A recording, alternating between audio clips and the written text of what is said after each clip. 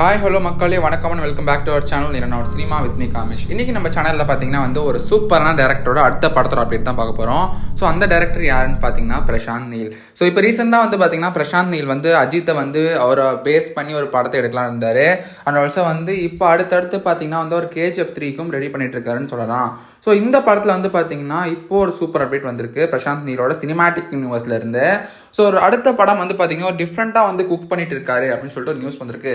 So என்னடா அந்த மாதிரி டிஃப்ரெண்டான விஷயம்னு பார்த்தீங்கன்னா China, Bhutan and also golden triangle 1969 அப்படின்னு சொல்லிட்டு ஒரு நல்ல ஒரு இந்த மாதிரி டிஃப்ரெண்டான ஸ்டோரியை மிக்ஸ் பண்ணி ஒரு புதுசான ஸ்டோரியை அவர் கொண்டு வர போறாரு அப்படின்னு சொல்லலாம். ஸோ இந்த படம் இந்த கதைகளம் பார்த்தீங்கன்னா KGF 3ல ரிஃப்ளெக்ட் ஆகலாம் அப்படின்னு சொல்லிட்டு ஒரு டாக் போயிட்டு இருக்கு.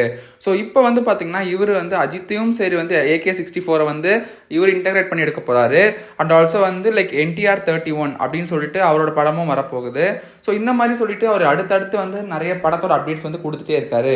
ஸோ இவரோட அடுத்த படம் இந்த மாதிரி டிஃப்ரெண்டான கதைக்களம், சைனா இருக்கு, பூட்டான் இருக்குன்னு சொல்லிட்டு ஒரு டிஃப்ரெண்டான கதைக்களத்தில் இருக்கிறதுனால இந்த படம் ஒரு பிளாக் பஸ்டர் ஹிட் ஆகும்னு சொல்லிட்டு எக்ஸ்பெக்ட் பண்ணப்படுது.